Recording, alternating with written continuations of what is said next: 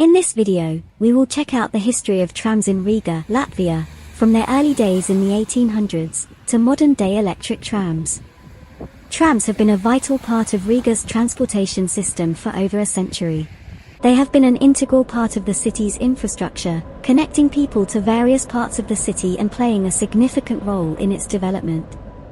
It was Swiss-born Louis Eugene Dupont who began developing tramways in Riga, shortly after completing the Geneva tramway in the 1860s. Having moved to St. Petersburg in 1873, he applied his knowledge of tramways to create routes in both St. Petersburg and Riga.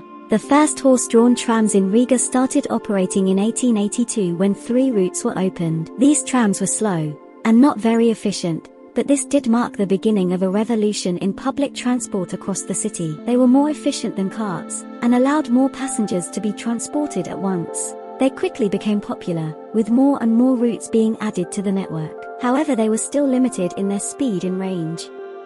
By 1901, the Riga City Electric Tramway Company had been set up to build and operate an electric tram system in Riga.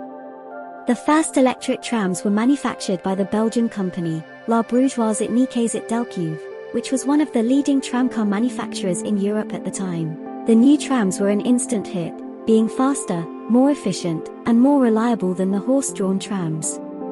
The network quickly expanded, and by 1914, the company operated 13 tram routes, covering a total distance of around 75 kilometers. The trams became an essential part of the city's infrastructure, connecting people to various parts of the city.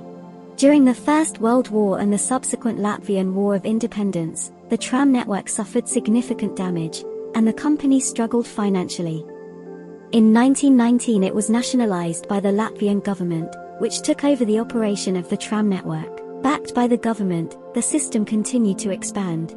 By the 1930s, Riga had one of the most extensive tram networks in Europe, with over 200 kilometers of track and 35 routes.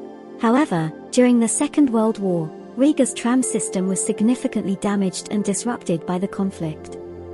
Many of the tramcars were destroyed, and the tracks and infrastructure were either damaged or destroyed completely. After the war, the Soviet authorities undertook extensive repairs and rebuilding of the tram network. The damaged sections of track were rebuilt, and new tramcars were procured from manufacturers in the Soviet Union. By the late 1940s, the tram network was operational again, although it took several more years to fully rebuild the system. During the Soviet era, the tram system in Riga continued to expand, with new routes and extensions being added to the network.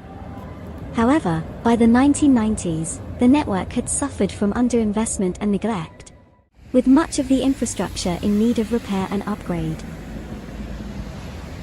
After Latvia regained its independence in 1991, the Riga City Transport Company began an extensive modernization and renovation initiative. New, modern trams were introduced, and the tracks and infrastructure were upgraded.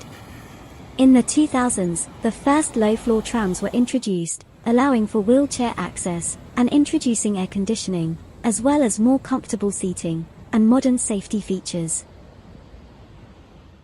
Today, the Riga tram network consists of 12 lines and covers over 100 kilometers of track. The trams are modern and efficient, with real-time tracking, mobile ticketing, and other features that make them more convenient for passengers. In recent years, there has been talk of expanding the tram network in Riga. The city government has proposed several new lines, including a line that would connect the city center to the airport. These proposals have been met with some resistance from residents who are concerned about the impact on traffic and the environment. However, proponents of the expansion argue that trams are a sustainable form of transportation that will help reduce congestion and air pollution in the city.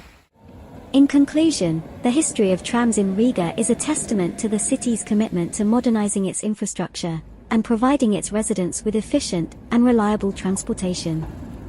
From the humble horse-drawn trams of the 19th century to the modern, high-tech trams of today, the Riga tram network has come a long way.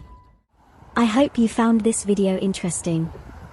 If you did, please give it a thumbs up and subscribe for more. For now though, thank you for watching and we'll see you on the next video.